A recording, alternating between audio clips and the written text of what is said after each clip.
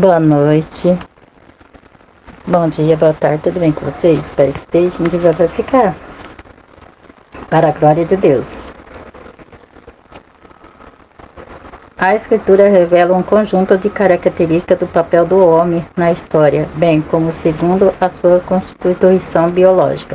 Ao criar o homem, Deus lhe confiou duas tarefas primárias e essenciais: cultivar e guardar. Gênesis capítulo 2, versículo 15. Esses dois termos resumem o mandado divino para o comportamento masculino. Significa que as funções de provedor e protetor são próprias da natureza do homem. Nesse sentido, Paulo ratifica que cabe ao homem proteger sua esposa e família, bem como prover-lhes uma vida digna. Efésios capítulo 5, versículo 28 e 30.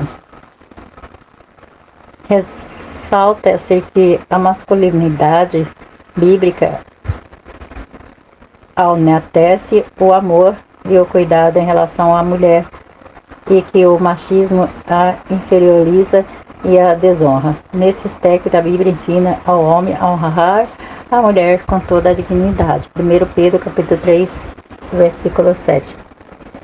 Deus confiou ao homem a responsabilidade da liderança.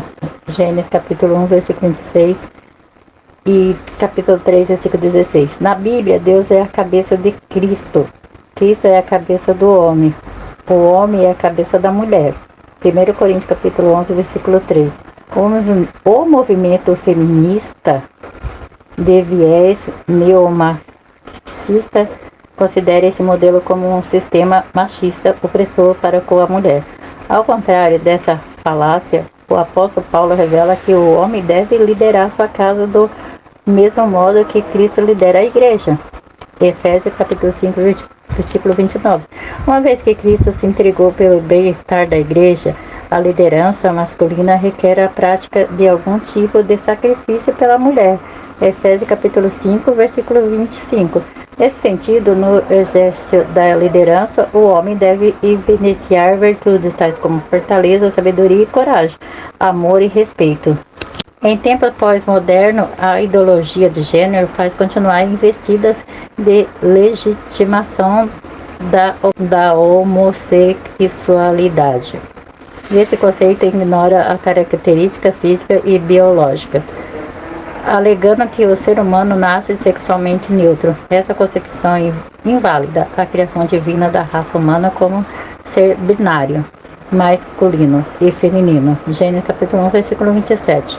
Ensina que a identidade de gênero e orientação sexual depende da autonomia do corpo. Assim, não aceita que os órgãos do sistema reprodutor humano sirvam de parâmetro para a sexualidade. Como consequência, a sexualidade arte natural e incentiva.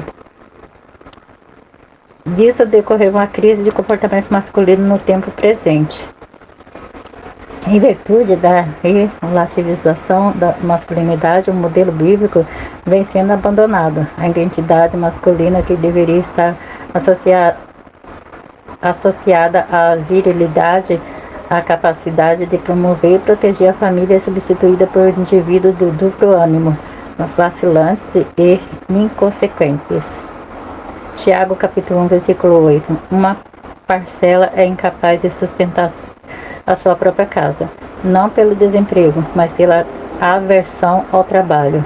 Provérbios capítulo 21, versículo 25. Os eleitos desse comportamento resultam em inúmeros casos de desajustes familiares e de divórcio. A crise de masculinidade tem gerado homens incapazes de exercer a liderança. Uma sociedade sem líderes eficazes transforma-se em uma anarquia. No período de profeta Ezequias, Jerusalém estava imersa na corrupção, fraudes, mentira, opressão, extorsão, imoralidade, injustiça e violência. Ezequiel 22, capítulo 2 ao 13. Deus revelou ao profeta que uma das causas do juízo iminente era a crise de liderança e que procurava alguém para reverter a situação. Nesse caso, Deus ainda procura esse tipo de homem na atualidade. Boaz é um grande símbolo de masculinidade bíblica. Ele era um parente de Elimelec, o falecido esposo de Noemi. Ruth, capítulo 2, versículo 1. Esta perdera o marido e os filhos, e ficara apenas com a moabita Ruth, uma das noras, também viúva e sem filhos. Ruth 1, 3, 5, 16. Para sobreviver, Ruth foi trabalhar no campo de Boaz. Ruth, capítulo 2, versículo 3, 5, 6. Ao saber que Ruth deixara a sua terra para apoiar a sogra, Boaz tratou com generosidade. Ruth, capítulo 2, versículo 11 e 12. Ele se dirigiu a ela com ternura e protegeu para não ser molestada. A alimentou e ordenou que fosse favorecida na colheita. Porém, pela lei, uma viúva sem filho só poderia ser resgatada pelo casamento com um parente próximo do falecido. Assim, apesar da compaixão de Boaz, Noemi e Ruth ainda estavam em apuros. Ao prometer resgatar Ruth e a herança de Elimeleque, Boaz estava ciente de que o direito era de parentes mais próximos que ele. Assim, movido pelo senso de responsabilidade, liderança e honra, Boaz levou o caso aos anciões.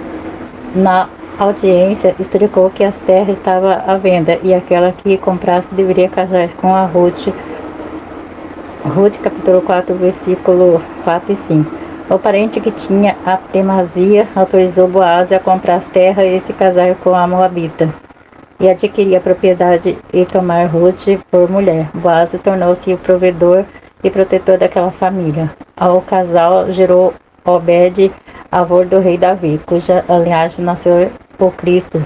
Boaz é o símbolo de masculinidade enquanto marido, pai e líder exemplar. Deus criou o ser humano com dois gêneros, masculino e feminino. Gênesis capítulo 1, versículo 27. Por isso a diferenciação dos sexos é um princípio determinado pela criação divina. Gênesis capítulo 2, versículo 23. Nesse sentido, a masculinidade é um conjunto de atributos e funções inerentes ao homem. Já na desmasculinização decorre de inversão dos papéis do homem na sexualidade, na liderança e na prática dos seus deveres. A masculinidade bíblica exige autocontrole, sacrifício e firmeza de caráter no encargo da sua tarefa. Nesse aspecto, a sociedade, a família e a igreja esperam por homens que honrem a sua masculinidade e exercem o papel que Deus os vocacionou a desempenhar. Glória a Deus, aleluia, louvado seja o nome do Senhor.